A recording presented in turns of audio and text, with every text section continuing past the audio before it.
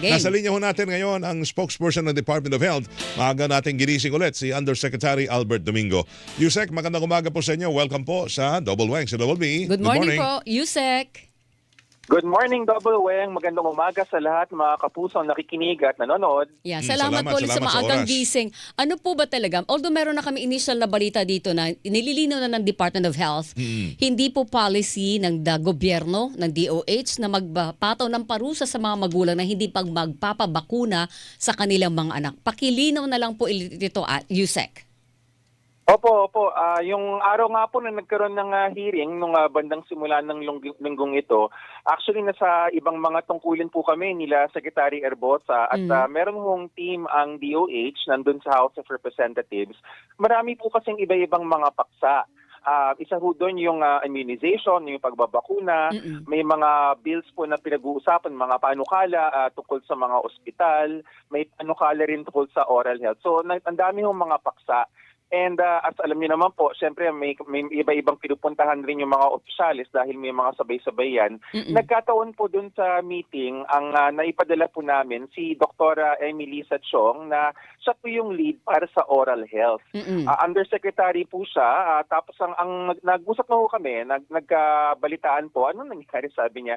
Sabi ni ma'am, actually may pinabasa lang po sa akin na position paper pero nagtaka rin siya, sabi niya, bakit parang hindi pa yata official to? Kasi ganoon po kami, lahat ng position paper ay meron dapat clearance, mula sa ating kalihim, secretary. So long story short, parang sabi ni Doktora, hindi ko nga linya yung yung vaccination, oral health ang pinunta ko doon, pero dahil siya undersecretary, siya yung pinabasa.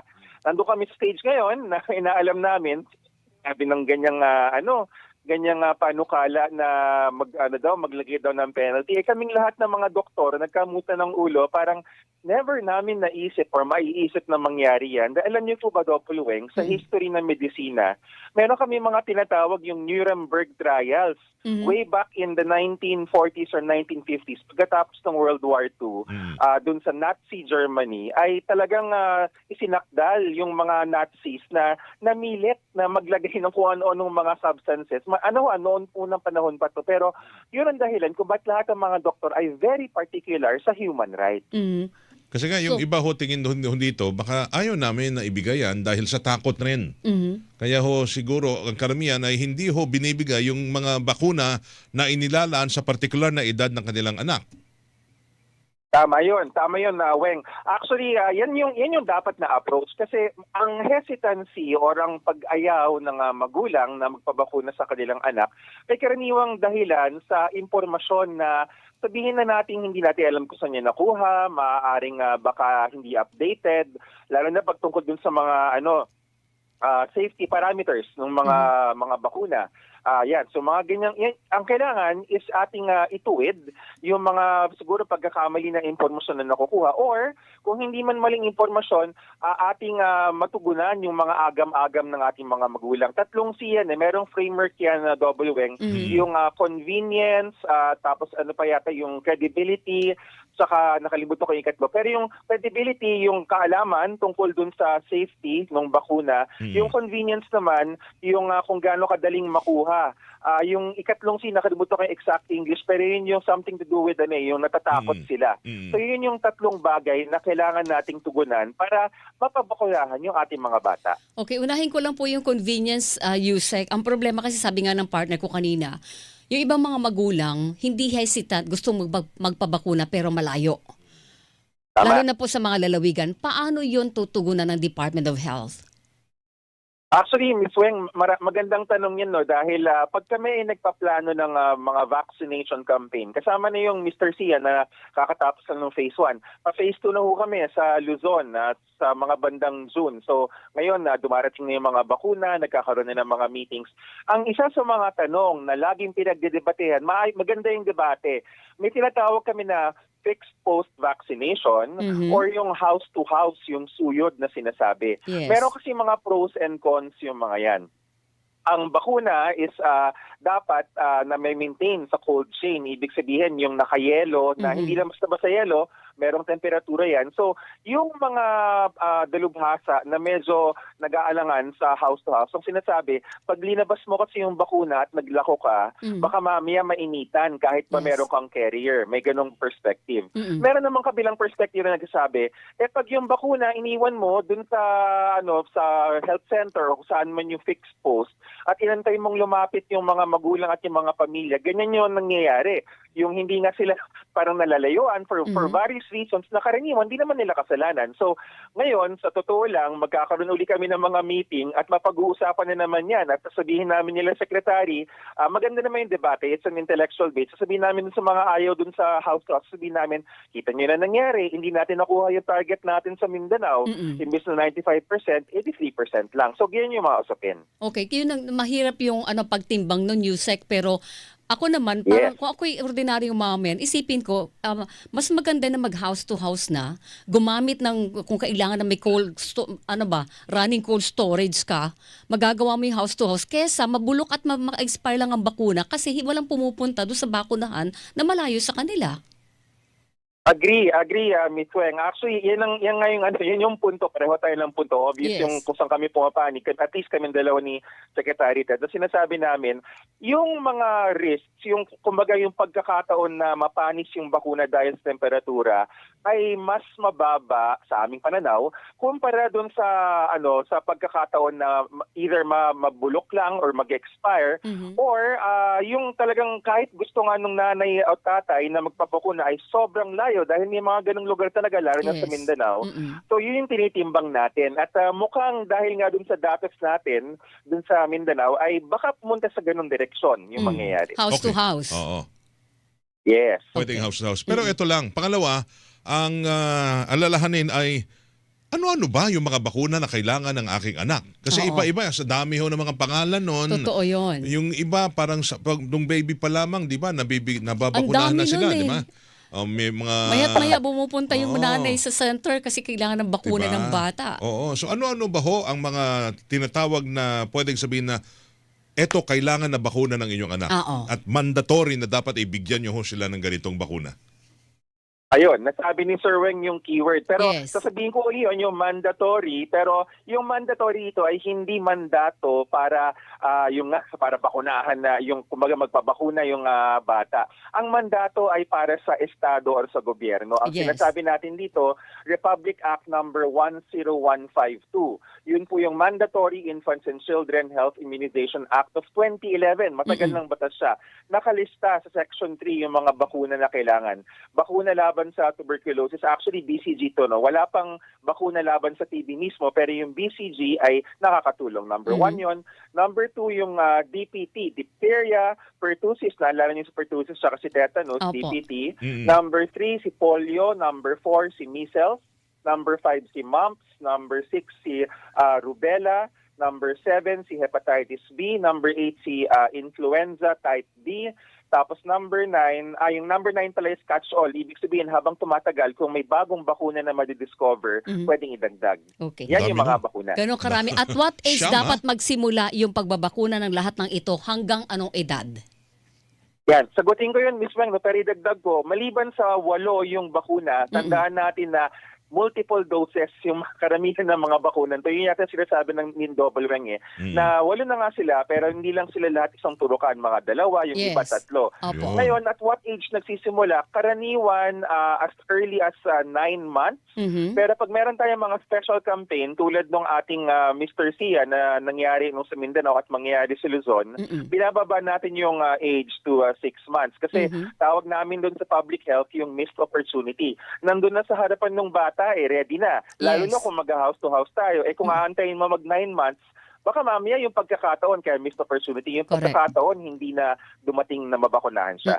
So hanggang anong edad dapat maibigay itong mga bakunang ito, itong 8? 8 pala yun, ha? Sa mabilisang pagkaalala ko, umaabot ng kahit mga 1 year to a little over 1 year. So mga Okay. 12 to 15 months. Yun yung second dose. Kasi yun yung pinaka-challenging, Ma'am Weng, no? Kasi Opo. kung tutuusin, at nagigets ko na yung linya nung tanong, pabalik-balik eh. Kasi Opo. parang dalawa eh. Number one, yung transportation, yung physical na Correct. pagpunta dun sa bakunahan.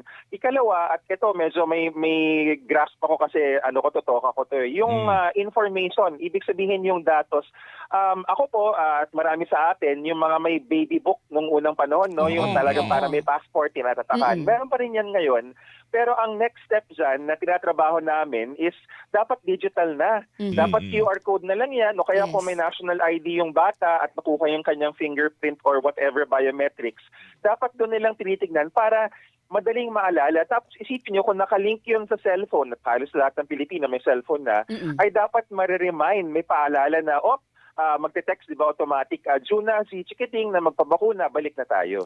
Meron na ba tayong ganong sistema, Yusek, na nakalatag?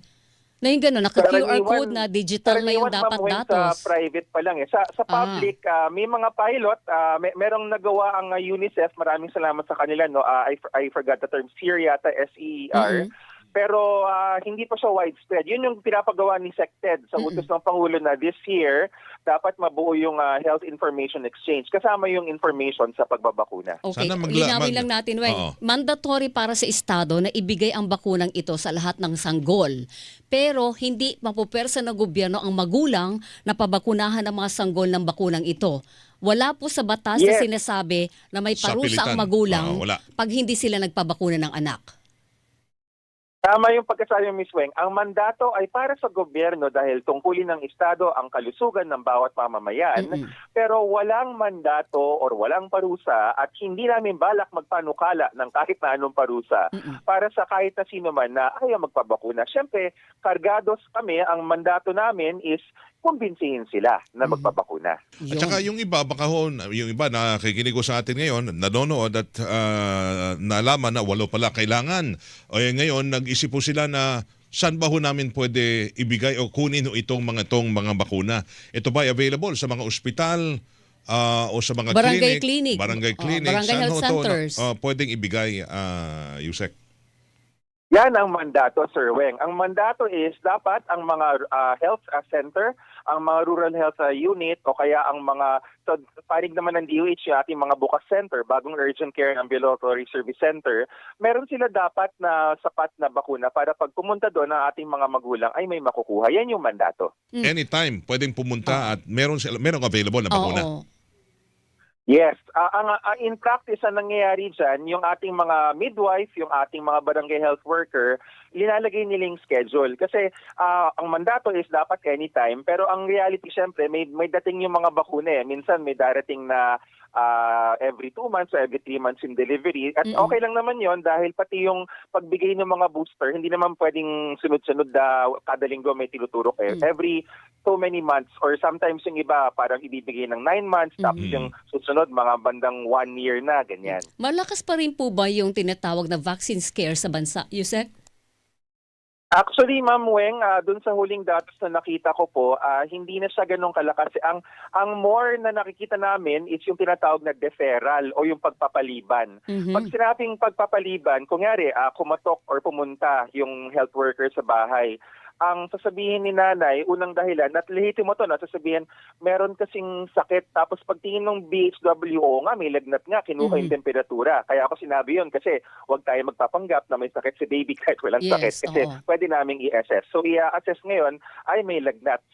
Ang tawag doon is parang temporary contraindication. Ibig sabihin, hindi mo pwedeng bakunahan ang bata na may lagnat. So sasabihin ng health worker, sige ho, i-defer muna natin. Maraming ganon. Pero yung hesitancy na talagang sasabihin, ay, ayoko magpabakuna, medyo bumaba na ho yun kumpara dun sa dati. Pero Ayun, ito, good news yun, ah.